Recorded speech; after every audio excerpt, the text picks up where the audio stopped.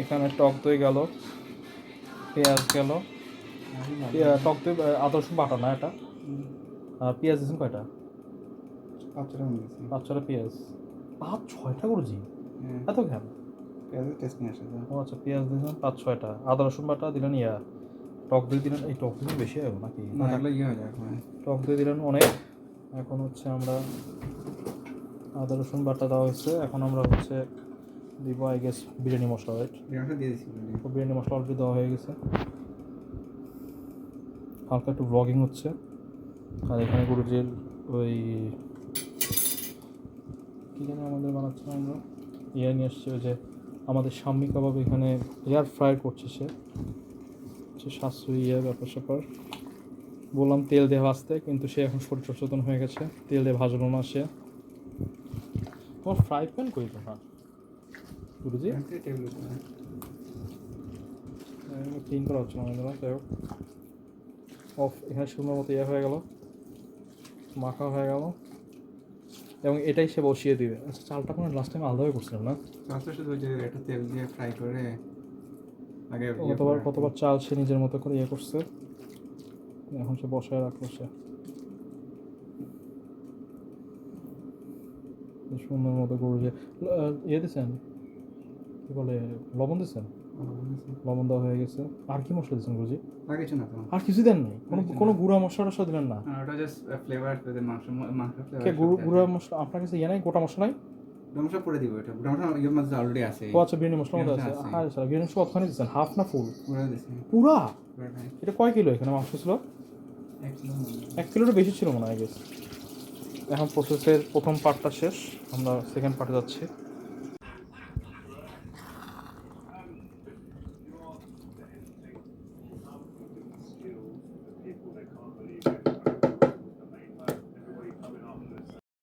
You see, everyone knows his rules. This is why they win. It's not coincidence. They beat everybody. You understand? They deserve. You have to. They work as a.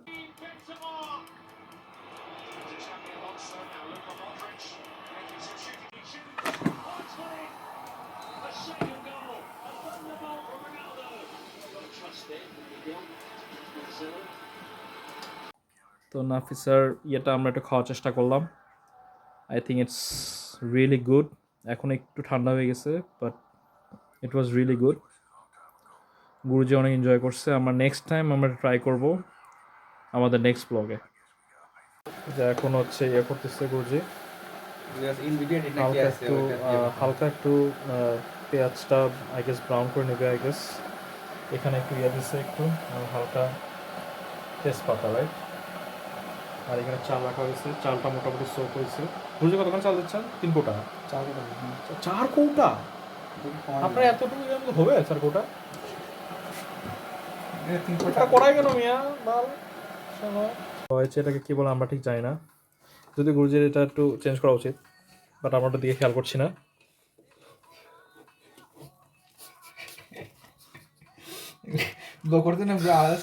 এটা হচ্ছে low budget blogging হচ্ছে, but আমাদের একটা serious blogging হবে।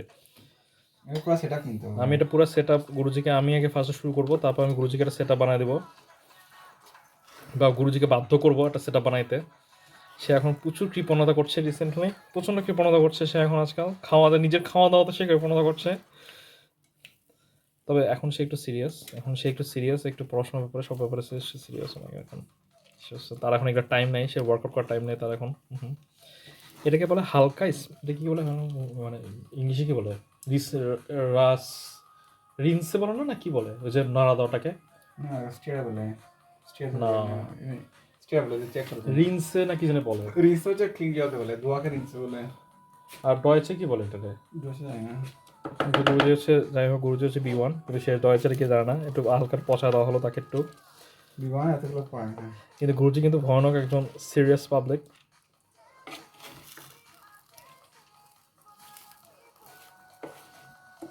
গুরুজি হেডফোনটা সেই। এখন হালকা একটু পানি দেওয়া হচ্ছে।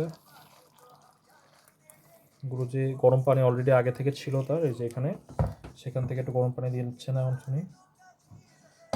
আই গেস 3 পট দেওয়া হয়েছে। গুরুজি কোন পটে আপনার আন্দাজে দিয়েছেন? এই পটের আন্দাজে দেওয়া হয়েছে। সো আপনি বুঝতে পারছেন এটা বেশ বড়। এখানে আই গেস কত গ্রাম উঠছে আই গেস 750 গ্রাম মতো হবে। 750 গ্রাম কি? 400 না, হাফ লিটার মতো হবে আই থিঙ্ক। না না, আপনি চাল দিচ্ছেন কতখানি? চাপড় দিছে। চার পর কতখানি হবে? এক পট চালে একটা হাফ কিলো চাল দিচ্ছেন না আপনি? হাফ লিটার বেশি হবে। ও রে, বুঝে আর বেশি আমরা ইয়ে না করি, স্মিয়ার না করি। এখন আমরা হালকা জালে আমরা এখন এটাকে কুক করব, তারপর আমরা ঢাকনা দিয়ে দেবো। এখন আপাতত এইভাবে থাকবে। আই গেস জাল এখন 3-এ আছে, আমরা জালটা আর একটু কমাবো হয়তো বা। আজকে একটা সুন্দর ব্লগিং হচ্ছে যে গুরুজির আবার পানি দিয়ে দিল। গুরুজি আসলে একটু ভয় পাচ্ছে পানির ব্যাপারে, কিন্তু আমার মনে হয় পানি বেশি লাগবে না, কারণ বিরিয়ানির মাংসের ইয়েতে হয়ে যাবে। ঢেকে দিলেন আবার উনি। গুরুজি ওই যে লাস্টে আই গেস উনি দিবেন হচ্ছে মরিচ। ও মরিচ অনেক। যে এখনই দিয়ে দিচ্ছেন, কেটে দিচ্ছেন না উনি, জাস্ট উপর থেকে দিয়ে দিচ্ছেন যাতে ওটা একটা হালকা ফ্লেভার আসে। একটু অন্যরকমভাবে করা হচ্ছে। শর্ট ভিডিও বানাতে হালকা হালকা একটু ইয়ে হচ্ছে এখন। মাই গুডনেস, যদি দেখতে একটু ইয়ে মনে হচ্ছে, কিন্তু আসলে এটা খাইতে সেই রকম একটা জিনিস। কারণ আপনি যে এই যে ইয়েটা দেখতে পারতেছেন, এই যে তেলটা দেখতে পারতেছেন, তেলটা গড়ে যাবে একটু পর। So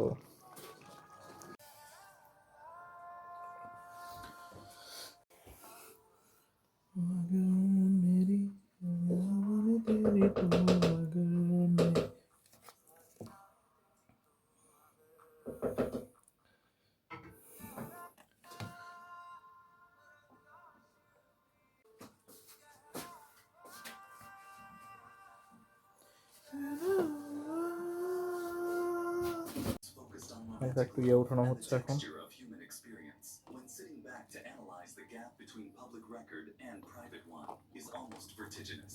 Dramatic entertainment was a daily feature of Ottoman palace And I life, have one. and this Ottoman power in the early 16th এই না century আমি ভিডিওতে না বলছি না Ottoman culture as both a sport and a military training exercise for sultans.